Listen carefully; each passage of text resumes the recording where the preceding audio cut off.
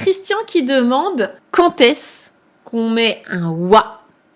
Quand est-ce qu'on met un ga en japonais? Ces deux particules, c'est le cauchemar de tous les débutants qui sont à l'aise avec le wa et d'un coup ils découvrent qu'il y a un ga qui peut remplacer parfois le wa.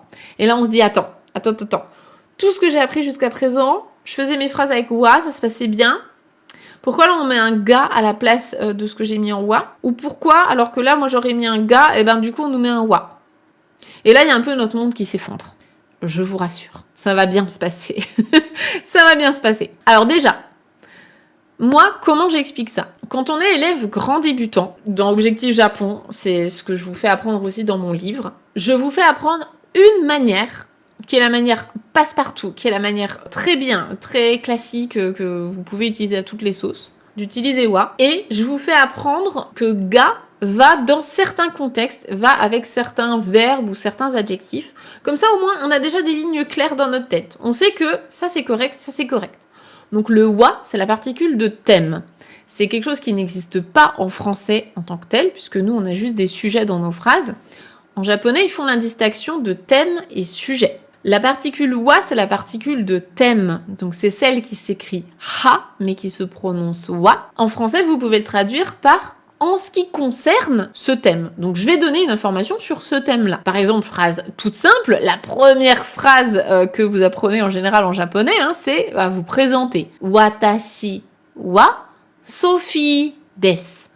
Watashi, je, moi. En ce qui me concerne, watashi wa Sophie desu, je suis Sophie. Donc là, je donne tout simplement une information sur moi. En ce qui me concerne, moi, c'est Sophie. Je pourrais avoir la même chose, watashi wa Furansuzin desu, en ce qui me concerne, je suis française, etc. On pourrait en faire plein. Ça, c'est les phrases basiques. Est-ce que je pourrais mettre ga à la place? Oui, mais ça va changer complètement la nuance. Je vous en reparle juste après. Wa, vous allez l'utiliser comme ça. Vous avez un thème, vous donnez une information sur ce thème, point barre, c'est très bien, ciao, bonsoir. Avec ça, vous pouvez déjà passer votre GLPT5, il n'y a pas de souci. Ga, moi, je vous la fais apprendre dans Objectif Japon, dans le livre qui va avec, je vous la fais apprendre en paire avec certains verbes ou certains adjectifs, notamment imas, arimas, donc les verbes d'existence, exister, il y a, imas pour les êtres vivants, les animaux, humains compris, arimas pour les objets inanimés, donc tous les objets et les plantes. Ça fonctionne très bien. Donc, nani nani ga imas, nani nani ga arimas, il y a ce truc-là, cette personne-là, très bien. Il n'y a pas de souci là-dessus. Je vous fais apprendre aussi que ga fonctionne avec certains adjectifs. Par exemple, suki, j'aime, daisuki, j'adore, kirai, je déteste, jozu, heta, je suis doué, je suis pas doué. Voilà, tout ça, ça fonctionne avec ça. Ga va fonctionner aussi avec wakarimasu, comprendre. Donc tout ça, c'est un petit peu ce qu'on voit au niveau GLPT5. Déjà, rien que ça, si vous retenez rien que ça, dans un niveau débutant, c'est parfait. Vous êtes déjà très très bien. Maintenant, si vous vous posez cette question, c'est peut-être que ça, vous le maîtrisez, et du coup, on va aller chercher le niveau du dessus. Vous allez me dire, ouais, mais Sophie, j'ai déjà croisé des phrases comme « Watashi ga Sophie desu » ou bien anime wa suki desu. Donc là, ça vient contredire ce que tu nous as dit. Et je vous dirais que oui, ces phrases existent, ces phrases sont correctes, mais elles ont des nuances qui sont différentes de ce que je viens de vous expliquer juste avant. Je vais reprendre ces deux exemples. Watashi wa Sophie desu, watashi ga Sophie desu. C'est quoi la différence entre les deux? Je vous ai dit tout à l'heure que wa égale thème, ga égale sujet. En japonais, le sujet est plus fort que le thème. Donc dans la phrase « Watashi ga Sophie desu », là en français on pourrait le traduire par « C'est moi qui suis Sophie ». Donc par exemple, on fait l'appel, il y a un groupe de gens, on fait l'appel, Aurélie, Philippe, machin, Sophie, et Sophie, qui est Sophie? Ah, « Watashi ga Sophie desu », c'est moi qui suis Sophie. C'est moi qui suis Sophie. Donc c'est pas juste je donne une information en ce qui me concerne, c'est Sophie. Là, je me mets en avant, c'est moi qui suis Sophie.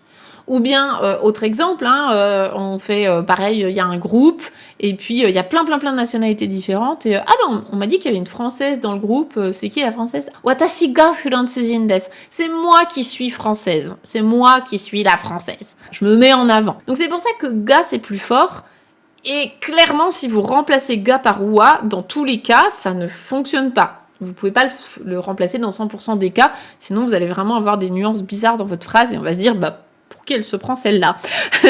Voilà, vous allez vous mettre trop en avant. À l'inverse, je vous ai fait la phrase anime ga suki desu, donc j'aime les animés.